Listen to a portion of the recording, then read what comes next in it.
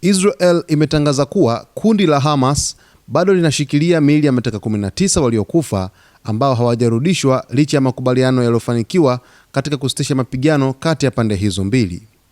Kwa mujibu wa makubaliano hayo, Hamas ilitakiwa kuirejesha miili yote ya mateka wa Israel waliopoteza maisha wakati wa vita huko Gaza, lakini hadi sasa ni miili 9 pekee ambayo imerudishwa. Hamas imesema inakabiliwa na changamoto kubwa katika kuipata miili iliyosalia kutokana na uharibifu mkubwa uliosababishwa na mashambulizi ya Israel katika maeneo mengi ya ukanda wa Gaza.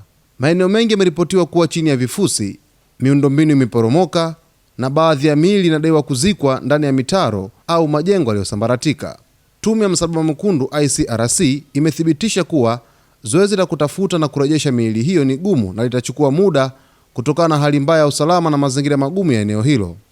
ICRC imesisitiza kuwa timu za uokoaji zinahitaji vifaa maalum na ushirikiano wa pande zote ili kuhakikisha miili yote inapatikana na kurudishwa kwa familia zao.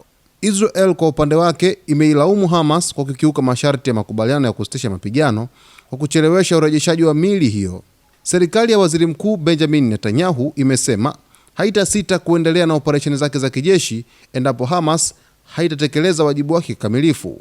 Hadi sasa miili ya mateka waliotambuliwa na kurejeshwa ni pamoja na Inbar Haiman, Muhammad El Atrash, Tamir Nimrud, Yuri Baruch na Eitan Levi. Hata hivyo, Israel imesema kuwa katika miili iliyokabidhiwa hivi karibuni, mmoja umebainika kuwa si ya Muisraeli bali ni ya raia wa Gaza, jambo lililoleta mkanganyiko zaidi.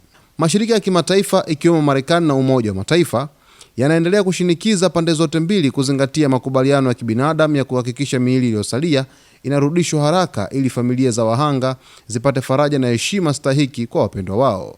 Serikali ya Israel inazidi kutoa taarifa dhidi ya mateka ambao tayari wamekwisha fariki wamesalia kule nchini Palestina katika ukanda wa Gaza, ambao mpaka sasa hivi Hamas mateka 19 hawajaweza kuwarejesha kutokana na kutangaza kwamba kuna ugumu wa kuweza kufanikisha kuipata miili iliyosalia kutokana na uharibifu mkubwa ambao umesababisha ugumu wa kuweza kupata miili hiyo katika ukanda wa Gaza.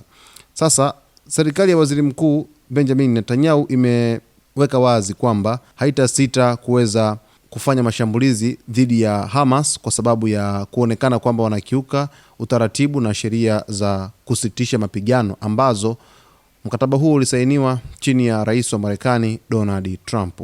Kumekuwepo na jitihada ambazo Hamas wamekuwa wakishirikiana na Tume ya Msalaba Mwekundu ya ICRC ambayo ndio ina jukumu kubwa la kuweza kusafirisha miili ambayo inapatikana katika ukanda wa Gaza kwa kiasi kikubwa sana. Sasa mtazamaji, tunafuatilia kwa ukaribu sakata hili, tutakujuza hapa katika Zone Media. Cha msingi tu usisahau kusubscribe, kulike video zetu, kucomment pamoja na kushare na kuwa pamoja nasi wakati wote.